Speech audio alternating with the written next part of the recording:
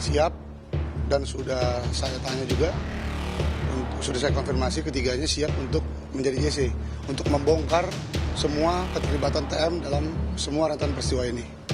Masih ada proses pendalaman penelahan terhadap keterangan dari masing-masing pemohon ini, dan tentu juga kami akan menguji keterangannya dengan keterangan atau informasi yang akan kami peroleh dan kami indahkan kepada pihak penyidik. Saudara, Kejati DKI Jakarta menerima surat perintah dimulainya penyidikan tersangka Irjen Teddy Minahasa. Kejati DKI tunjuk 9 jaksa. Kasipenkum Kejati DKI Jakarta Ade Sofian Syah menyebut Kejati DKI telah menunjuk 9 jaksa peneliti untuk memeriksa berkas perkara Teddy Minahasa dan kawan-kawan. Selanjutnya, jaksa memiliki waktu 14 hari kerja untuk menentukan sikap atas status berkas perkara Teddy Minahasa dan tersangka lain. Kejati DKI Jakarta memastikan pemeriksaan berkas perkara dugaan peredaran narkoba tersangka Teddy Minahasa akan mengikuti SOP. Teddy Minahasa disangkakan melanggar pasal 114 ayat 2, pasal 132 ayat 1, dan pasal 55 Undang-Undang Nomor 35 Tahun 2009 tentang narkotika. Ya, untuk perkara TM dan kawan-kawan ya, SPDP sudah kita terima per tanggal 24 Oktober 2022. Kemudian dari SPDP tersebut kita juga sudah langsung menyiapkan jaksa P16. Jadi Kejati DKI sudah menyiapkan jaksa P16 itu sebanyak 6 orang untuk melakukan penelitian dan mengecek perkembangan penanganan perkara TM itu sendiri. AKBP Dodi Prawira Negara melayangkan justice kolaborator pada LPSK atau mengajukan. Pihak LPSK mengatakan proses kelayakan pemohon masih didalami dan dianalisis. Nah, ini kita akan lakukan pendalaman. Nanti kalau misalnya sudah bisa kita tetapkan, ya kita akan segera umumkan apakah yang bersangkutan bisa diterima atau ditolak sebagai justice kolaborator. Kalau waktu telahnya normatif itu 1 minggu, tetapi kalau memang belum cukup itu bisa diperpanjang sampai 30 hari kerja. Jadi ini yang perlu kami sampaikan kepada masyarakat.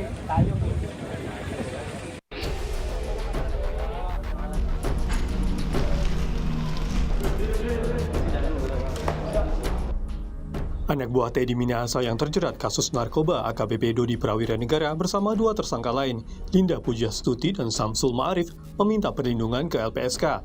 Ketiganya mengajukan justice kolaborator. Kuasa hukum ketiganya Adril Fiari Purba menyebut bahwa kliennya bukanlah pengguna ataupun pengedar narkoba seperti yang dijelaskan kuasa hukum Teddy Minahasa. Kuasa hukum menyatakan kliennya siap membongkar keterlibatan Teddy Minahasa. Siap. Dan sudah saya tanya juga, sudah saya konfirmasi ketiganya siap untuk menjadi JC, untuk membongkar semua keterlibatan TM dalam semua rentetan peristiwa ini. Gitu. Jadi udah siap walafiat lah. Gitu. Apa yang disiapkan Bang untuk permohonan hari ini? Pengajuan permohonan aja, baru pengajuan permohonan, surat kuasa kami, dan tentunya laporan polisi. Itu dalam satu surat. Kami yakin dan percaya bahwa klien-klien kami ini siap untuk membongkar semua keterlibatan TM, ya kan? Karena kalau tidak klien kami siapa lagi?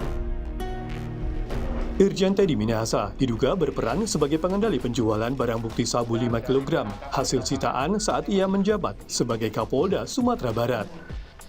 Selain Irjen Teddy Minahasa, 4 buah anaknya ditetapkan sebagai tersangka dan ditahan di Polda Metro Jaya. Irjen Teddy Minahasa diduga menjual narkoba jenis sabu seberat 5 kg. Dari sabu 5 kg, baru 1,7 kg yang diedarkan ke Kampung Bahari. Sementara 3,3 kg berhasil disita polisi. Sabu tersebut diduga diambil secara diam-diam oleh anggota Polda Sumatera Barat dan diganti dengan tawas. Irjen Teddy Minahasa dijerat pasal 114 Undang-Undang Nomor 35 Tahun 2009 tentang narkotika. Tim Liputan Kompas TV. Soal pengajuan atau permohonan pengungkap fakta kasus jual beli sabu dari Teddy Minahasa, kita tersambung dengan Adriel Viari Purba, pengacara AKBP Dodi Prawiranegara. Selamat petang, Mas Adriel. Selamat petang, Mas Ibrahim. Baik, Mas Adriel, jadi bagaimana saat ini prosesnya di pengajuan JC di LPSK? Jadi memang sampai hari ini, alhamdulillah puji Tuhan, tanggal 1 November kemarin, klien kami sudah ditemui oleh pihak LPSK dan sudah dilakukan kegiatan yang namanya assessment ataupun wawancara. Yang kalau bahasa biasa yang kita temukan itu pendalaman atau penelaahan lah. Nah, jadi mencari fakta-fakta, meng-cross check juga bagaimana fakta-fakta yang saya ungkapkan ataupun bukti-bukti yang saya berikan pada saat pertama kali bertemu dengan LPSK tanggal 24 Oktober pada saat pengajuan, gitu. Jadi sudah sampai dalam tahap itu, gitu. Di landasannya apa sih dari Dodi Prawiranegara mengajukan JC ini, Mas Adriel? Kalau kita lihat dalam Undang-Undang Nomor 31 Tahun 2014, perubahan atas Undang-Undang Nomor 13 Tahun 2006 juga. Nah, itu kan syarat utama menjadi JC kan klien kami kalau saya pada saat mendampingi di dalam pemeriksaan itu kan kami rangkum, memang kami pastikan bahwa klien kami ini bukan pelaku utama, itu pasti, gitu loh. Nah, dan juga kenapa bukan pelaku utama? Karena kan memang dia diperintah oleh Pak TM, gitu loh. Otaknya dan inisiator ini kan semua Pak TM, gitu loh. Linda ketemu dengan Dodi ke Jakarta, itu semua atas arahan Pak TM. Nah, yang pertama. Yang kedua, keterangan dari klien saya itu Dodi CS sangat penting untuk membuka kasus ini secara terang benderang. Karena kalau bukan klien kami, siapa lagi kan gitu? Siapa lagi yang berani kan gitu. Yang ketiga, ada intervensi dari pihak-pihak tertentu yang membuat klien kami dan keluarga menjadi tertutup. Jadi ya takut untuk membuka ini secara terang benderang. Makanya kami minta perlindungan hukum dari pihak LPSK dan kami mengajukan status JC. Gitu. Oke, ada intervensi, tapi sebelum kita bahas soal intervensi, berapa lama tenggat dari LPSK untuk permohonannya dikabulkan atau tidak?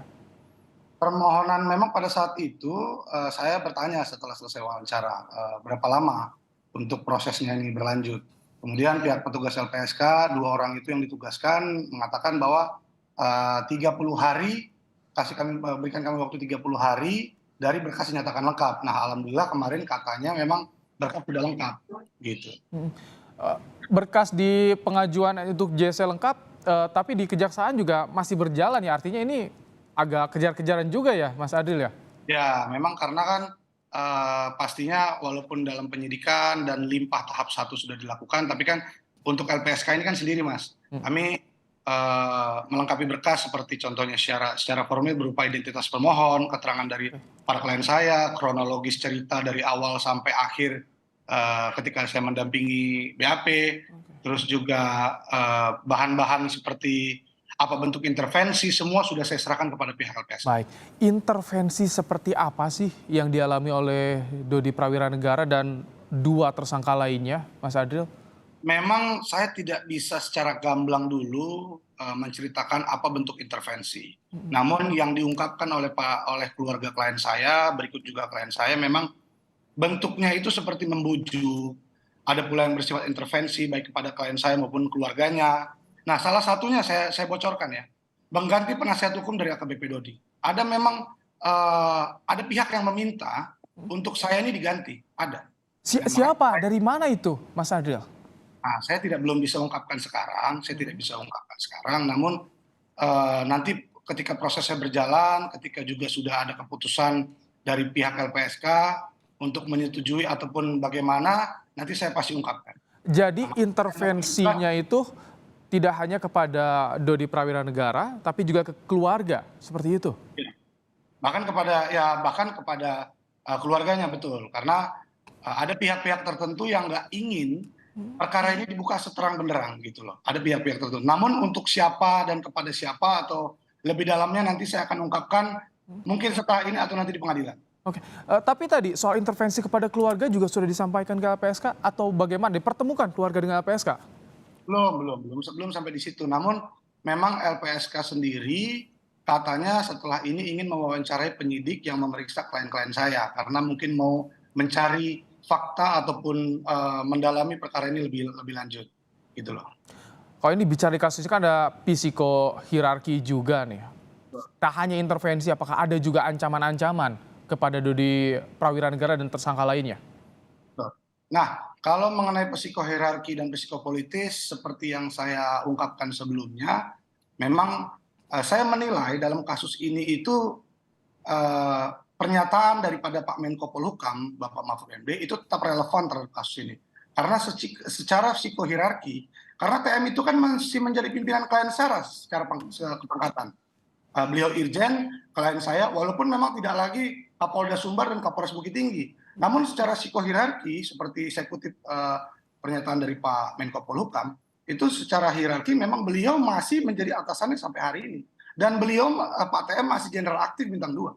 Gitu loh. Jadi klien saya pastinya tidak leluasa untuk membuka perkara ini secara terang benderang. Kalau tidak dilindungi LPSK dan kalau tidak ditetapkan sebagai status justice, pasti dia takut. Pasti takut. Bahkan keluarganya pun ada kalimat yang saya sangat membuat saya sangat kasihan kepada klien saya. Bahkan dia makan pun itu takut sekali karena kata klien saya takut diracun atau segala macam ya. Itu mungkin memang dugaan, namun karena ketakutan dan tekanan itulah. Langkahnya dari kuasa hukum bagaimana Mas Adriel? Sambil menunggu keputusan LPSK, langkah saat ini bagaimana dari kuasa hukum untuk mengawasi Dodi Prawiranegara dan tersangka lainnya tentu? Ya, makanya saya juga menginginkan memang pejabat-pejabat di negeri ini tolonglah perkara ini mendapatkan perhatian khusus dari semua pejabat-pejabat negeri. Karena Pak TM kan sekarang masih berstatus aktif bintang 2 gitu ya. Yang mana klien saya secara kepangkatan memang dia adalah pimpinannya Pak TM dan bawahannya adalah Pak Dodi. Jadi maksud saya kalau boleh apa hal-hal dalam hukum kita yang bisa mengatur mengenai itu gitu. Karena kan klien saya pasti tidak akan leluasa untuk membuka kasus ini secara terang-benderang. Bahkan dalam beberapa minggu kemarin aja sudah ada intervensi gitu loh. Itu kan nggak main-main berarti. Baik. Itu yang jadi sorotan dari kuasa hukum ya. Ya. Apakah ada kemungkinan perlindungan sebagai JC darurat sejauh ini yang diupayakan kuasa hukum? Kalau seperti itu tadi kejadiannya? Ya, kami sih pastinya nanti mungkin juga akan, kalau memang LPSK, ya saya sangat bersyukur dan juga kami sangat menghargai kesigapan LPSK dalam waktu 1 minggu kurang lebih dari tanggal 24 Oktober sampai 1 November pihak LPSK langsung melakukan assessment kepada klien kami. Namun juga maksud saya kalau boleh dipertimbangkan tidak terlalu lama untuk menentukan keputusan gitu loh. Karena kalau tidak kami akan menyurati lagi, bahkan akan menembuskan ke pihak-pihak yang lain yang saya rasa penting dan perlu untuk kami sampaikan mengenai perkara kami ini. Baik, yang ditunggu nanti bagaimana? Karena berkas di LPSK sudah lengkap, hasil asesmennya seperti apa selama 30 hari itu yang dinantikan. Tentunya terima kasih Adriel Fiari Purba, kuasa hukum AKBP Dodi Prawiranegara telah bergabung dalam program Kompas Petang sore hari ini. Mas Ibrahim.